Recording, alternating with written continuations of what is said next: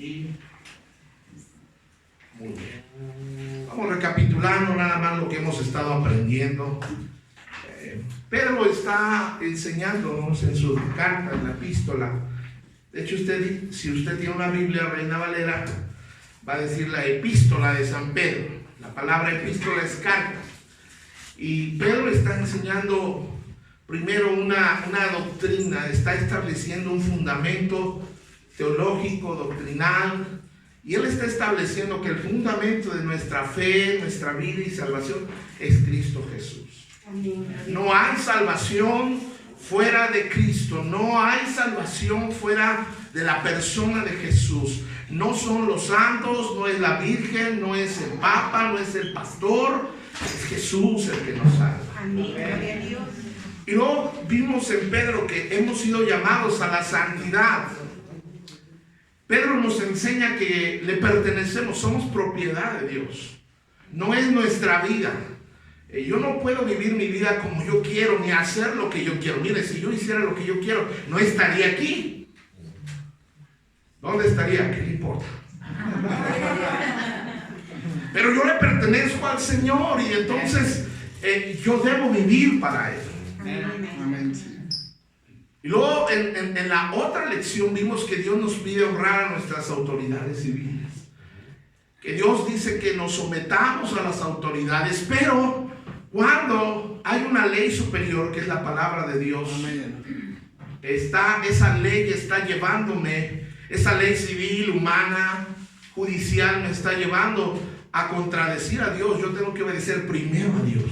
Amén. Vimos casos como las parteras de Egipto que eran pro vida, que el faraón dio la orden de matar a los niños hebreos, pero estas mujeres quebrantaron la ley, no mataron a los bebés. ¿Por qué? Porque había una ley superior en sus corazones que era la ley de Dios. Amén. Daniel, era ilegal orar. El rey ordenó que cualquier persona que orara a otro Dios que no fuera el rey fuera echado en el foso de los leones. Y Daniel quebrantó la ley. Las autoridades civiles en los tiempos de los apóstoles allá en Jerusalén, cuando el libro de los Hechos se está escribiendo, dice que les prohibieron predicar en el nombre de Cristo. Y Pedro dijo, es necesario obedecer a Dios antes que a los hombres. Y luego en la siguiente lección vimos que tenemos que honrar a nuestras autoridades laborales. Que nosotros como cristianos somos llamados a hacer un buen papel en nuestro trabajo civil, laboral. No importa el área donde estés trabajando, si eres administrador, supervisor, si eres empleado, no importa, tienes que esforzarte en ser lo mejor posible en tu trabajo, porque Dios bendice a las personas que trabajan dignamente, ¿verdad? No importa que te dediques, sé el mejor en lo que te dediques. Y luego vimos la semana pasada las responsabilidades del matrimonio y vimos un concepto un poco difícil de entender, pero necesario en la vida, la sumisión. Que hay un orden en el hogar, que ese es el orden que Dios ha establecido. Nos vamos a ver nada más para recordar cuál era el propósito. El apóstol Pedro escribe esta carta y nos dice cuál es el propósito. Dice, les escribí y les envié esta breve carta con la ayuda de Silas, a quien les encomiendo como un hermano fiel. Mi propósito al escribirles es alentarlos y asegurarles que por lo que están atravesando es en verdad de parte de la gracia de Dios para ustedes. Vimos que van a venir pruebas a nuestra vida. Y van a venir momentos difíciles. Y la prueba, hay pruebas más grandes que otras, hay pruebas más dolorosas que otras, pero todas las pruebas son para hacerme una mejor persona. Que la prueba no es para destruirme. Y luego dice, manténganse firmes en la gracia. Entonces, tiene tres propósitos la carta. Número uno es alentarlos, animarlos. Número dos, traerles seguridad. Y número tres, es para pedirles que se mantengan firmes. Las pruebas son un examen a nuestra fe. ¿Y qué es un examen? ¿Qué es una prueba? Nada más es algo que revela lo que tú aprendiste. Y a veces, hermanos, las pruebas regresan a tu vida porque no has aprendido lo que debes de aprender. Por eso es que debemos de poner atención. ¿Qué me quieres enseñar? En medio de la falta de dinero, Dios, ¿qué me quieres enseñar? En medio de problemas de salud, Dios, ¿qué me quieres enseñar? Y hoy vamos a ver que la oscuridad odia la luz. Y cuando hablamos de oscuridad, estamos hablando de todo lo que el diablo representa, todo lo malo, todo lo perverso. Y vamos a ver que la oscuridad no puede resistir la luz de Cristo. Dice ahí en el Evangelio de San Juan 3:19, yo voy a usar la nueva traducción viviente, dice, esta condenación se basa en el siguiente hecho.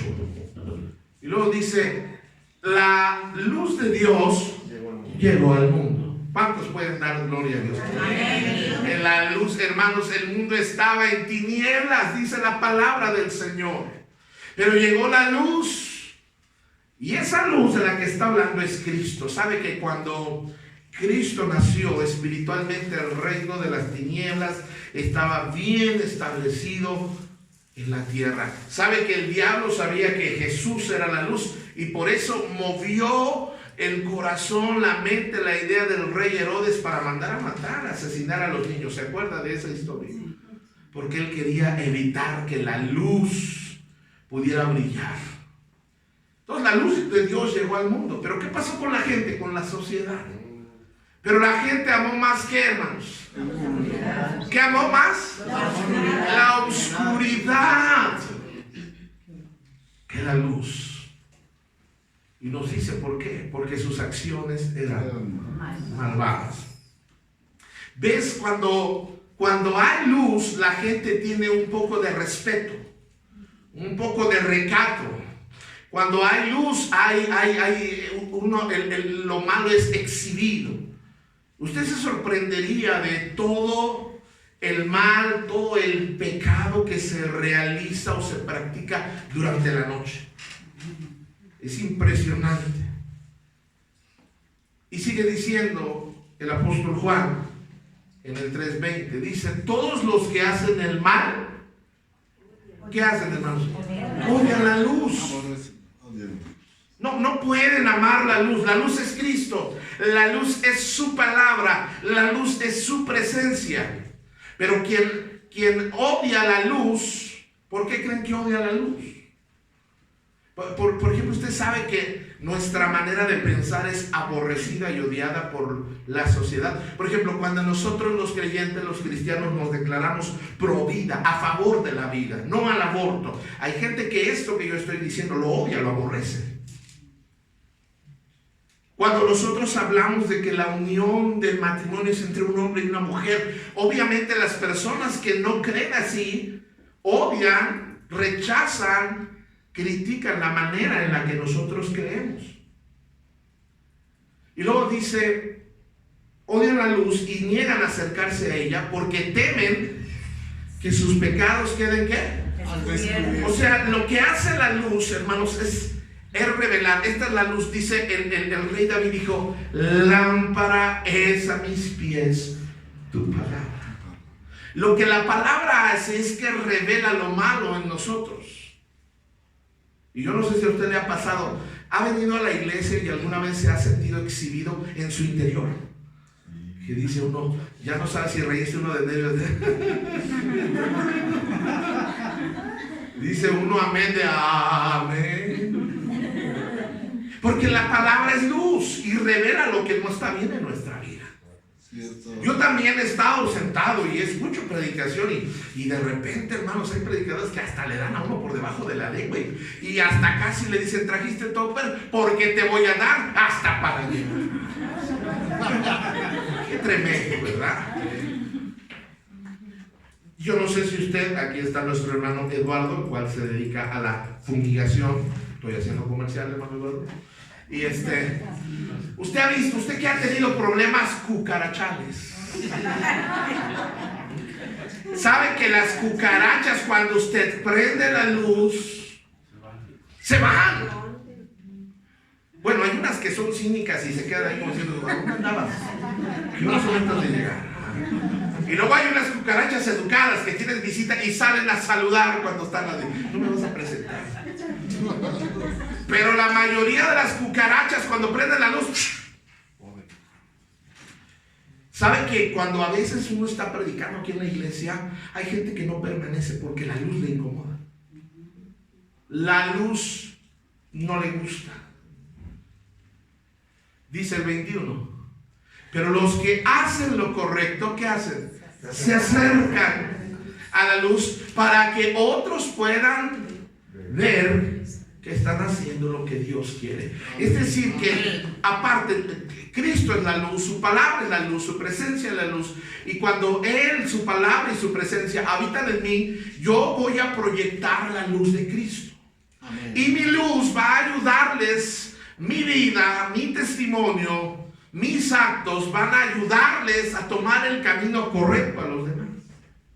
Es lo que está diciendo el apóstol Juan. Ahora, el mundo odia la luz, no soporta, no tolera la luz. Y nos dice ¿por qué? Porque sus obras son malas. Le voy a decir algo, hermanos.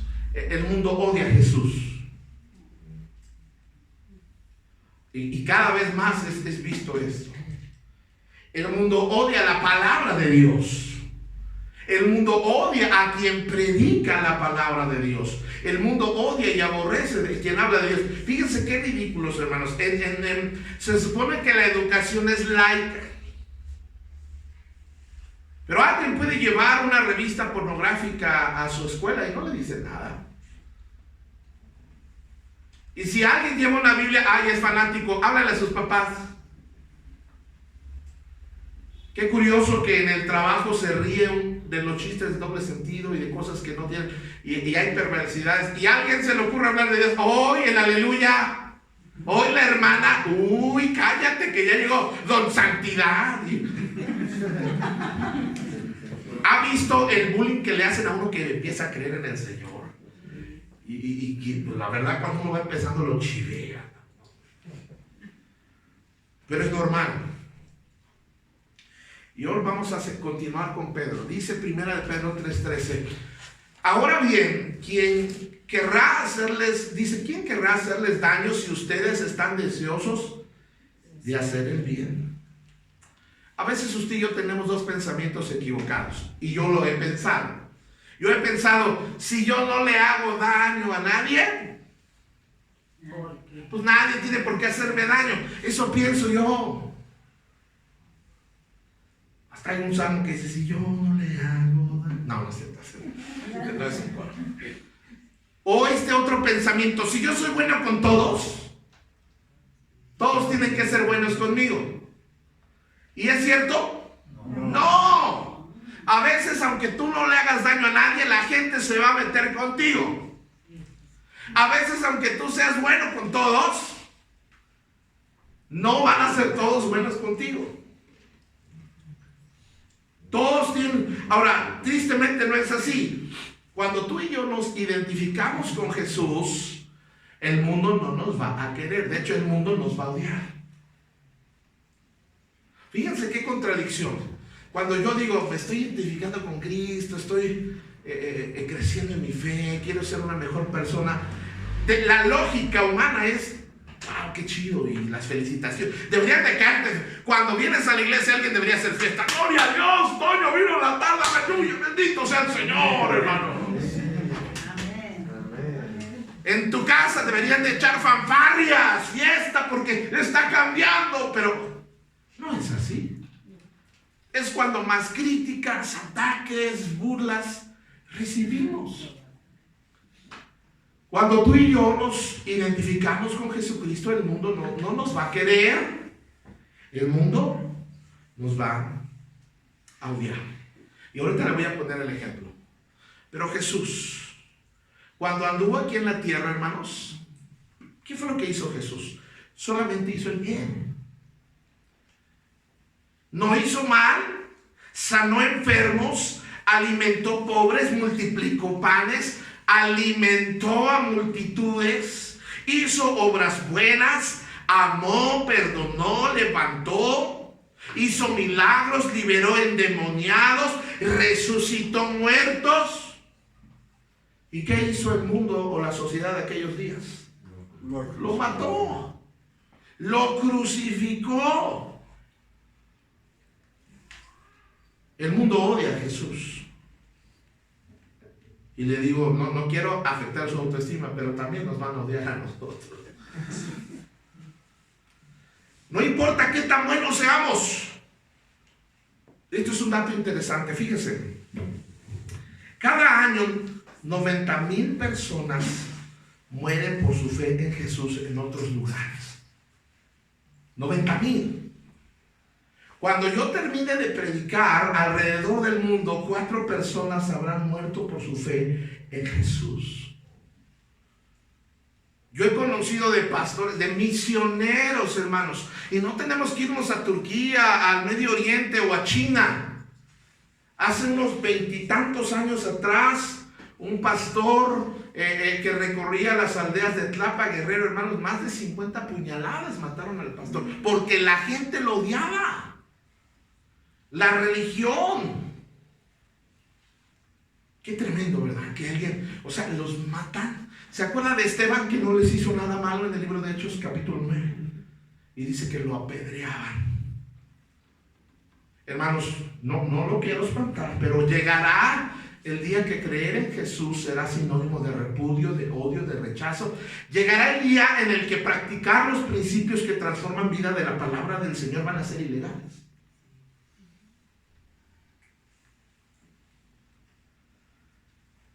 Otra vez, el Señor Jesús nos advierte, dice, ahora bien, dice, si fueran del mundo, ¿qué haría el mundo?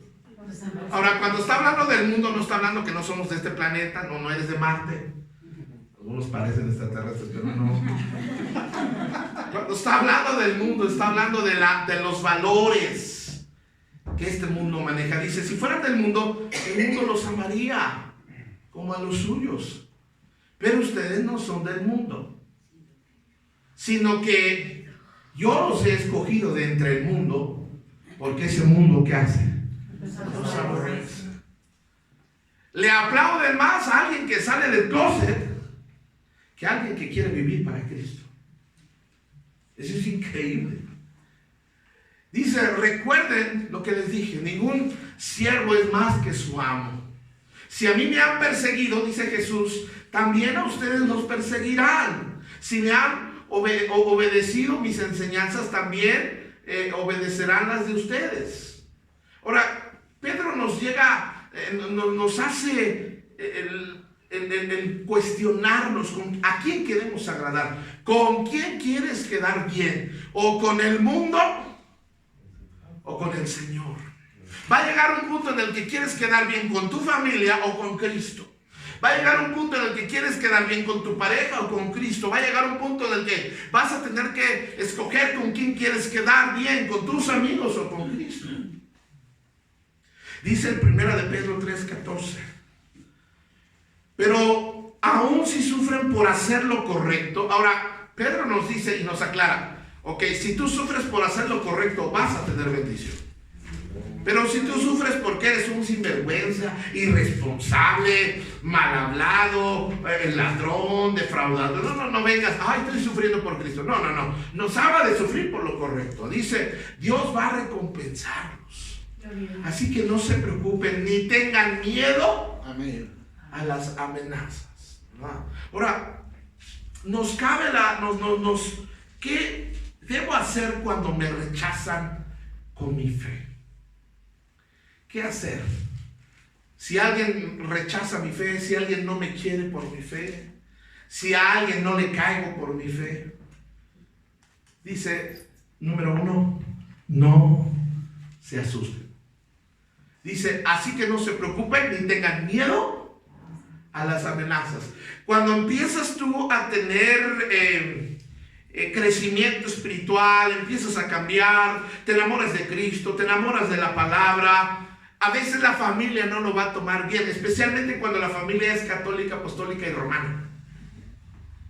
Que yo le decía a una persona, me dice, yo soy católico, apostólico, romano. Le digo, no es cierto. Que sí, yo soy católico, apostólico, romano. Le digo, no es cierto. Que yo soy católico.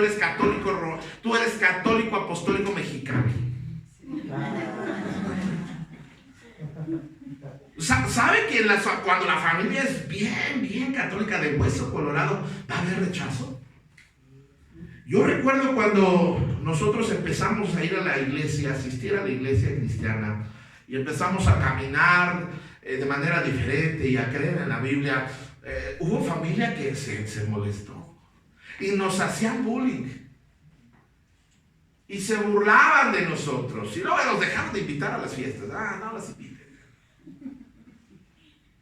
Me acuerdo que cuando yo salí con la maravillosa idea de que me iba a ir al seminario, pegaron el grito en el cielo: que haga algo de provecho ese muchacho. Y años después, gracias al Señor Dios, después de permanecer, hermanos, esos mismos que nos criticaban hoy en día dicen, gracias a Dios, mira, andan bien. Deje usted de lo guapo, andan bien. No es para vanagloriarse, sino que, hermanos, que nosotros ganamos una familia para Cristo que primero ellos andaban en drogas, andaban bien mal, andaban con el pelo bien suelto, bien choquis los hermanos antes de conocer a Cristo. Pero conocieron a Cristo y empezaron a cambiar tanto le agarró el Señor, el amor, el hermano, que dijo, no hombre, yo quiero ser pastor. Y cuando ya se iba, su mamá, su suegra, me agarró del cuello y dijo, usted es un desgraciado, me los cambió, pero le voy a... Y no me amenazó. Bueno, es más, vivíamos en un departamento. Mandaron mientras no estábamos, abrieron, destrozaron la puerta con una sierra. Ahí nos hicieron de cosas en el departamento cuando no estábamos. Y la mamá le dijo a la hija, si tú te prefiero muerta a que andes con los hermanos. Oiga, tremendo, ¿eh? Hay gente a la que le han dicho, te quito la herencia. Gracias a Dios que yo no tengo que pasar eso. Espero. Ahora, cuando viene el ataque, hermanos, y cuando alguien lo rechaza, de repente nos entra el temor. Ahora, la Biblia dice que el diablo anda como león rugiente. Ahora, ¿sabes por qué ruge el diablo? Para espantarte. Porque sí, acalambran los rugidos. Perdón si lo desperté, hermana. Siga dormido, perdón. El diablo anda como león rugiente buscando a quien devorar. Ahora, está usted que tenga la bendición de tener Animal Planet o de esos canales de animales. Me encanta porque lo peor, la gente que se dedica a grabar, tiene un peligro, tiene un riesgo. Uno de ellos estaba grabando y de repente el león se percató de que lo estaban grabando y se da la vuelta y ruge. Y se oye que el camarógrafo le dice, el narrador le dice al camarógrafo, no te muevas. Y ruge con fuerza y son unos animalones así. Y se va acercando. Hombre, qué efectos especiales, hermano. No, yo merezco aguinaldo, hermano. Y ahí está, hermanos, y no se mueven. Y el león está pero bravo, hermanos. Y lo peor que podían hacer era correr. ¿Saben que si corrían el león los iba a alcanzar? Se quedaron como muertos. Creo que les ganó el baño, pero ahí se quedaron. ¿Sabes que lo peor que puedes hacer tú cuando viene el diablo y ruge es salir corriendo y decir, ya no voy a ir a la iglesia? Porque hay gente que así es. Pastor, nomás empecé a ir a la iglesia y me empezó a ir bien mal y los problemas y no me... Es el león rugiendo, nada más. El rugido es para espantarte. El rugido crea temor. Y el temor es la ausencia de la fe. Y a propósito, el miedo, el temor controla a las personas y controla masas. Una persona miedosa se paraliza. Una persona con miedo no toma decisiones. ¿Sabe cómo el diablo ahorita rugió COVID y todo? Y hay gente que tiene un miedo exagerado al COVID. No, yo no estoy diciendo que hay que retar, no, pero estoy diciendo, hermanos, que hay gente que le tiene demasiado miedo a esto. Estaba escuchando en las noticias, ahí lo tomé. Dice, llama ahora, tu miedo al COVID-19 puede costarte la vida. Hay gente que... Bueno, hay gente que estaba sana y se enfermó por puras ideas. Era tanto el miedo, el temor, que tengo COVID, creo que no puedo respirar. Se enferma, no estaban enfermos, fueron al hospital y se enfermaron. No dejes que el miedo te controle, hermanos. Porque el león a veces, cuando estamos en la voluntad de Dios, está rugiendo. Cuando estamos acercándonos a Cristo, el león ruge. Mire lo que dice el salmista David en el Salmo 27:1. Dice, el Señor es mi luz y mi salvación. Entonces, y me encanta porque dice, Él es mi luz. Lo primero que dice es la luz. Entonces, ¿por qué habría de temer? El Señor es mi fortaleza y me protege del peligro. Entonces, ¿por qué habría de temblar? Cuando los malvados vengan a devorarme, cuando mis enemigos y adversarios me ataquen, tropezarán y caerán. Aunque un ejército poderoso me rodee, mi corazón no temerá. Aunque me ataquen, permaneceré confiado. Dios sigue siendo Dios cuando yo pongo mi confianza en Él. Entonces, cuando nos rechacen, Pedro nos está diciendo, no se asusten, no tengan miedo. Si vienen problemas por su fe en Cristo, permanezcan fiel, porque solo los quiere espantar el diablo. Otra cosa que debemos hacer, dice 1 de Pedro 3:14, o 15 más bien debería ser. En cambio, adoren a Cristo como el Señor de sus vidas. Si alguien les pregunta acerca de la esperanza que tienen como creyentes, estén siempre preparados para dar una explicación. Número 2, ¿qué debo hacer cuando alguien me rechace por mi fe, alguien me ataque por mi fe? Yo debo adorar a Cristo. La adoración no es cantar así que levanto mis manos y estoy adorando, pastor. No. La adoración es un estilo de vida. Yo adoro a Dios con mis palabras, adoro a Dios como trato a la familia, adoro a Dios como hago mi trabajo. Es más, adoro a Dios hasta en mi vestimenta, adoro a Dios. Digo de eso de la vestimenta, hermanos, usted sabe que para venir a la iglesia, véngase bien guapo, bien guapa. No estoy diciendo que nuevo, pero mire, estábamos ministrando en Querétaro, duramos muchos años allá, y había una hermana que se paraba y llegaba a la iglesia. Y gloria a Dios, todos somos bienvenidos. Y un día voy manejando y me habla una muchacha bien pintada, bien hasta pelo planchado y cabello planchado. Y yo dije, ahora está. Y en el semáforo yo dije, es normal, es que los guapos a eso me echas poner. Y se acerca del semáforo y se acerca, soy yo, pastor, la hermana fulana. Yo dije, ay, hermana, no la conocía. Pues iba a unos 15 años.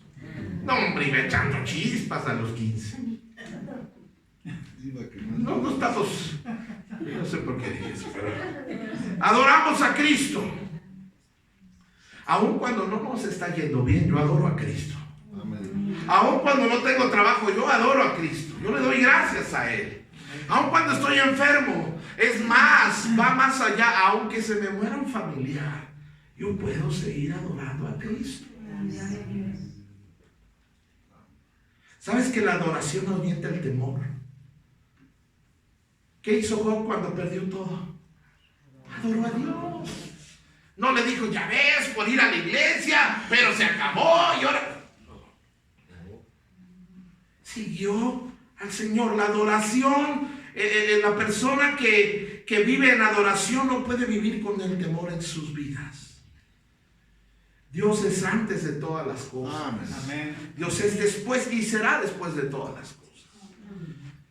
Adora a Dios en tiempos difíciles. Adora a Dios cuando no te quieren, cuando te rechazan. Adora a Dios cuando las cosas no estén bien y te darás cuenta cómo la atmósfera cambia. Número 3. En cambio, adoren al Señor de su vida. Si alguien les pregunta acerca de la esperanza que tienen como creyentes, dice: estén siempre preparados para dar una explicación. Entonces tenemos que estar listos para defender nuestra fe. Alguien nos va a preguntar: oye, ¿por qué te hiciste cristiano, hermano? ¿Qué? ¿Por qué?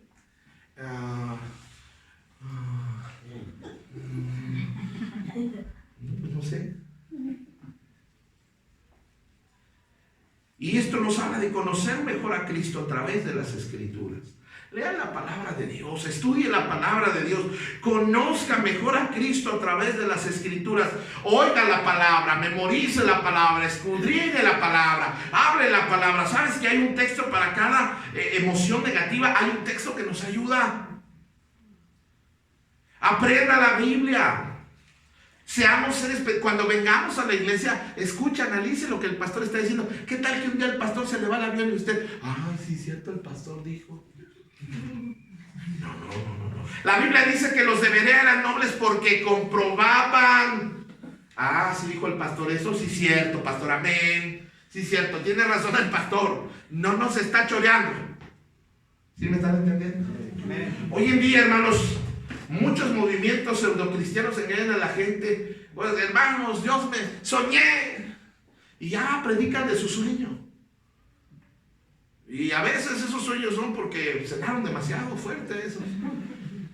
Pero la verdad, hermanos, es que cuando uno lee la palabra del Señor, no nos pueden engañar. Aprenda la Biblia, hermanos. Tiene 66 libros dividida en Antiguo y Nuevo Testamento. Más de 40 individuos participaron en la escritura de la Biblia. A través de más de 1500 años fue escrita. La traducción al español fue por Casiodoro de Reina y Cipriano de Valera.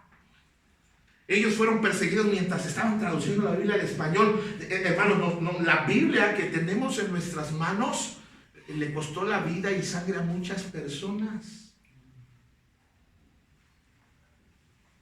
Y Pedro nos enseña cómo reaccionar cuando nos rechazan de nuestra fe. Ahora, ¿cómo defendemos nuestra fe? Porque, hermanos, a veces vamos a tener que defender nuestra fe. En el cristianismo, cuando usted estudia ya más a fondo, al acto de defender la fe se le conoce como apologética. La materia de apologética normalmente se da en los seminarios y es una materia que nos enseña a defender lo que creemos. Por ejemplo, Cristo es Dios. Y yo lo tengo que defender. ¿Cómo?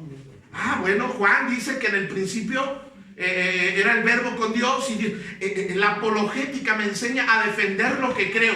¿Por qué creo lo que creo? Cuando la gente habla, no, que la salvación se pierde. Espérame tantito. Vamos a ver lo que dice la palabra. Y ahí vamos. Y es defender la fe, lo que creemos. Los martes, cuando estamos en la junta de pastores, hay pastores que creen de diferentes cosas. Pero cuando no están hablando, hermano, disculpe, está sacando de contexto lo que está hablando. Hermano, estás dándole la interpretación incorrecta. Y uno tiene que conocer lo que creemos. Por ejemplo, ¿sabes tú que la Biblia habla del infierno más que del cielo? El infierno no es simbólico, el infierno es real. Y la Biblia dice en Apocalipsis: y el que no se halló escrito en el libro de la vida fue lanzado al lago de fuego. Realmente no es que Dios condena, no es que Dios castiga, pero las obras no nos alcanzan para ir al cielo. Entonces el lugar que le pertenece a las personas que murieron sin tener su fe en Cristo es el infierno.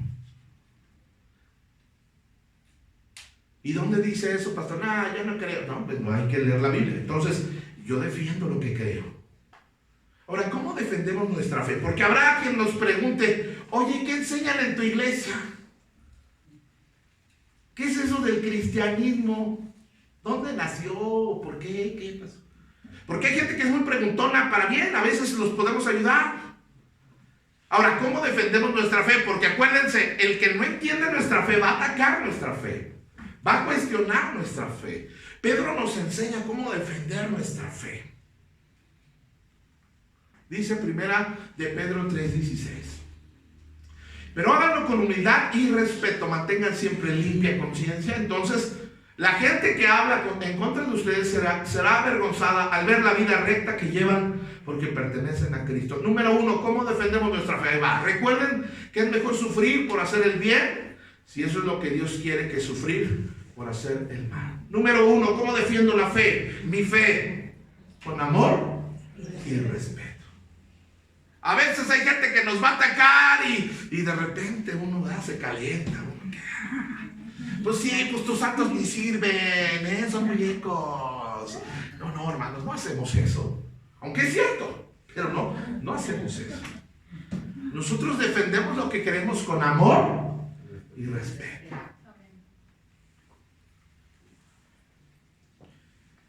Cuando nos atacan, no atacamos. Ay, es que los cristianos son bien hipócritas. ¿Qué debe hacer uno? Pues posiblemente, sí hay muchos, lamentablemente. No todos son así. Pero no nos ponemos a discutir y a pelear. Nuestra familia nos va a cuestionar. Eso de la iglesita es puro choro, pura sacadera. Y a veces andamos como que no, hombre, y ese pastor ni. No, con mi pastor no te metas. Ahí sí te doy chance de que me defienda. No siento. Fíjense lo que dice Mateo. ¿Han oído la ley que dice el castigo debe ser acorde a la gravedad del daño? Ojo por ojo y diente por diente. Pero dice Jesús, pero yo digo, no resistas a la persona mala. Si alguien te da una bofetada en la mejilla derecha, ¿qué hay que hacer? No, pastor, a mí que me toque la cara. No. ¿Qué nos dice la Biblia que hay que hacer? Si me dieron una en la... Es más, lo voy a ejemplificar, hermano Rafa. Primero lo peino como al Chopper, así.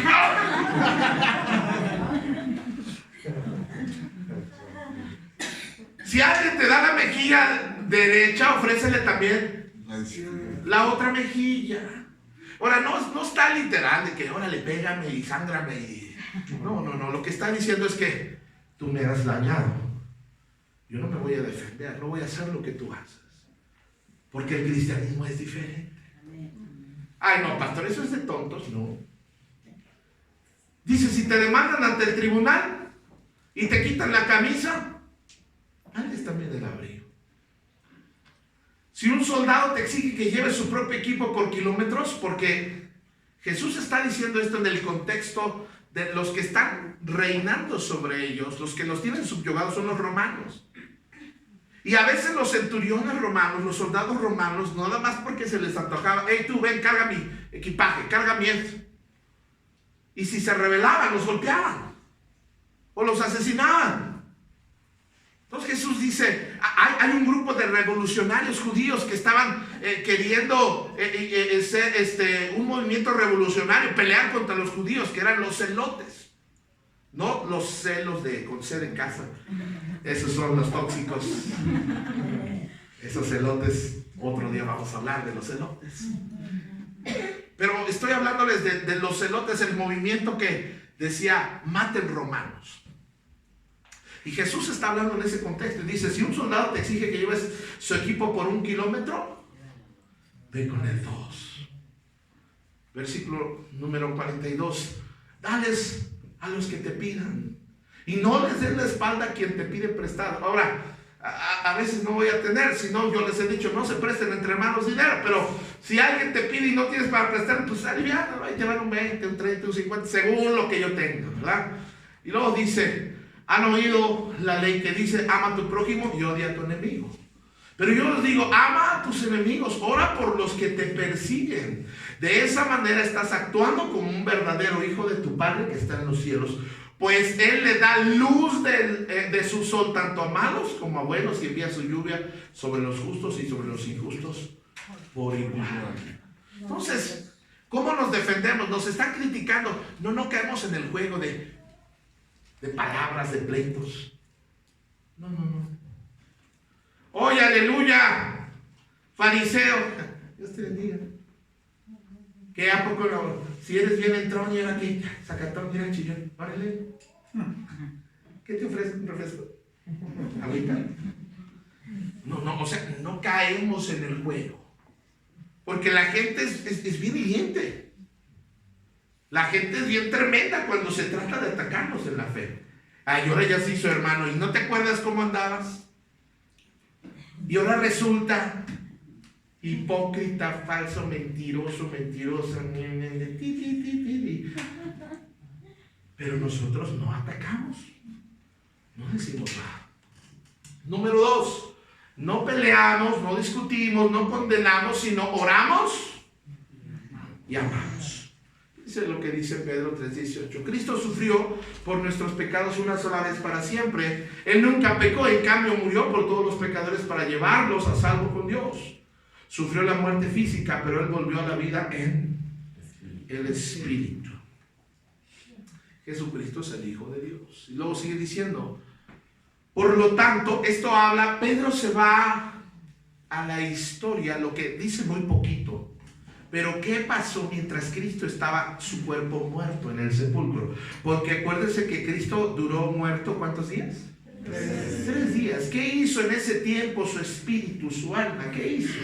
Su cuerpo estaba en la tumba. Pero Pedro se va a lo que sucedió durante esos 3 días. Y dice, por lo tanto, fue a predicarles a los espíritus encarcelados. ¿Dónde están los espíritus encarcelados, amados? En el infierno, en la profundidad de la tierra. Dice el versículo 20, esos que desobedecieron a Dios hace mucho tiempo. Habla de los ángeles que siguieron a Luzbel en esa rebelión. Cuando Dios esperaba con paciencia mientras Noé construía el arca. Solo 8 personas se salvaron de morir ahogadas en ese terrible diluvio. Luego Pedro nos está hablando de lo que Cristo hizo y luego menciona a Noé. Como diciendo, ¿y eso qué tiene que ver? ¿Verdad? Pero Cristo bajó y predicó a los espíritus. Y esa pregunta, alguna vez nos decían, pastor, ¿y pues para qué fue? ¿Qué tenía que andar haciendo el Señor en ese lugar tan feo? Bueno, hermanos, la razón de por qué Cristo bajó, estaba en el sepulcro durante, su cuerpo estaba ahí, pero su alma, su espíritu, bajaron y predicaron. Ahora, les predicaron a los espíritus en el infierno, no se van a arrepentir, esos ya están condenados. Pero bajó para decirles, yo soy el Hijo de Dios y he vencido. He vencido, por eso bajó. No más para decirles, miren, yo soy rey, yo soy Dios. ¿Sí me está? Por eso es que bajó, ¿verdad? Y luego menciona al hermano Noé. Y Noé predicó el arrepentimiento durante toda la construcción del arca. Duró 120 años ese barquito. Y durante esos 20 años Noé predicó el juicio de Dios se acerca, arrepiéntanse, acérquense. Miren, y la Biblia dice que había maldad hasta no más. Y Noé 120 años predicando con fidelidad, construyendo en obediencia el arca. ¿Y sabe cuántos se salvaron después de 120 años? 8. No más 8, y esos 8 eran de su familia. Oiga, pero qué bendición sería que durante toda mi vida yo sea fiel al Señor, y aunque no gane las cantidades, ni las multitudes, ni las miles, pero que mi familia se salve y se vaya con Cristo. Amén. Eso es lo mejor. Sí me están entendiendo, hermanos. Ahora, ¿por qué Dios te mandó 120 años a predicar al pobre Noé? Y a propósito le decían, estás loco, Noé. Tú le hablas del infierno a alguien, no, está loco este cuate. El infierno es aquí en la tierra. Hoy el hermano, hoy. Se burlan de nosotros a veces. Pero Dios mandó a Noé a predicar 120 años porque Él es paciente y Él quería que muchos se salvaran. De hecho, en sí el arca tenía la capacidad de salvar a muchos. A propósito, el arca es un tipo de Cristo. Porque solo los que subieron al arca se salvaron. Y solo los que están en Cristo se van a salvar. Amén.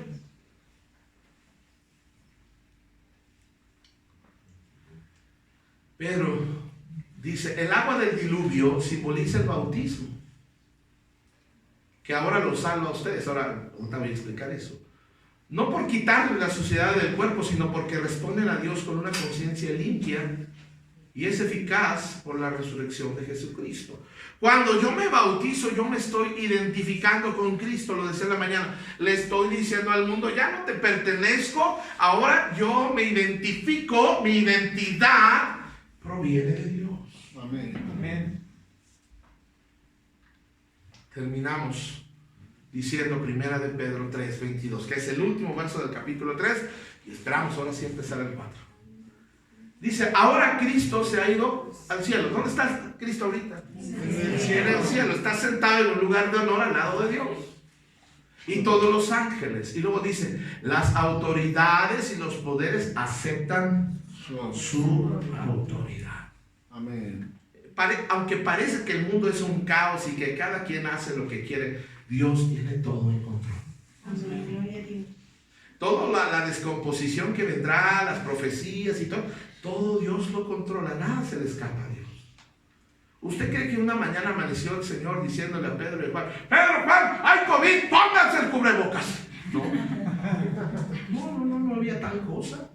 Dios ya sabía, además Dios permitió. Pero ¿cuántos se han muerto? Falleció un amigo mío la semana pasada, el hermano Eli, un precioso pastor, siervo de Dios, bien apoyador, un lindo hermano. Mucha gente buena se ha muerto en este tiempo, pero ¿sabes qué era? Era el plan de Dios. Eso quiere decir que Él tiene toda la autoridad, entonces yo debo rendir mi voluntad a la voluntad de Dios. Yo debo hacer no lo que yo quiero hacer muchas cosas, pero aunque puedo hacer muchas cosas, Pablo dijo, todo me es permitido, yo puedo hacer lo que yo quiera, pero no todo me conviene. Cuando yo rindo mi voluntad a Cristo, yo rindo mis deseos a Cristo. Yo quiero hacer muchas cosas y a veces no son malas, pero a veces no es la voluntad de Dios. O a veces yo quiero hacer cosas malas, porque la naturaleza del hombre caído es el mal. Pero yo someto mis deseos, mis decisiones a la voluntad de Cristo. Amén. Yo debo someter. Jesús dijo, mira, Dios Padre, yo quiero pasarme esta copa amarga, pero no se haga lo que yo quiero, sino hágase tu voluntad. Amén. ¿Te has preguntado cuál es la voluntad de Dios para tu vida? ¿Te has preguntado qué persona es la persona correcta, la voluntad de Dios para tu vida? Cuando estábamos en el seminario, corría el año de 1998, 97 por ahí, y bromeando decíamos, ahí va la voluntad, y la voluntad era una muchacha. Esa era la voluntad, y decía, ahí va la voluntad. Y normalmente pues la voluntad era guapa, despampanante, chula, y no, esa es la voluntad de Dios para mi vida. Dale. Pero a veces no es la voluntad de Dios, a veces es nuestro deseo. Ay, ese muñeco es la voluntad de Dios para tu vida. Y Dios dice, esa es tu voluntad. Tú quieres ese muñeco, pero yo tengo para ti otro muñeco. A lo mejor no está tan fuerte, a lo mejor no es tan guapo, pero ese muñeco, esa voluntad que yo tengo para ti es mejor que esta. ¿Sí me está entendiendo?